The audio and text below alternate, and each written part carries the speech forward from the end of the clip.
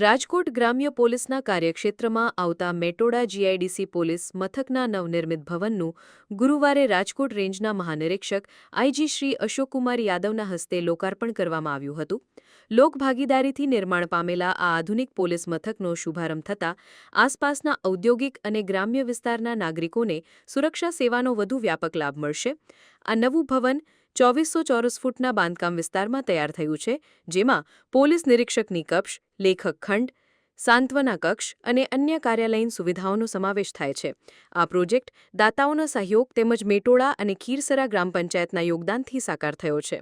ઉદ્ઘાટન સમારોહમાં જિલ્લા પોલીસ અધિક્ષક શ્રી વિજયસિંહ ગુર્જર સહિત સ્થાનિક ઉદ્યોગપતિઓ અને આસપાસના ગામોના સરપંચો તથા આગેવાનો મોટી સંખ્યામાં ઉપસ્થિત રહ્યા હતા. આ પ્રસંગે તેરા તુજકો અર્પણ કાર્યક્રમ અંતર્ગત રેન્જ આઈજી શ્રી અશોકકુમાર યાદવ અને જિલ્લા એસપીના હસ્તે 14 લાખ રૂપિયાથી વધુનો ચોરાયેલો મુદ્દામાલ મૂળ માલિકોને પરત કરવામાં આવ્યો હતો.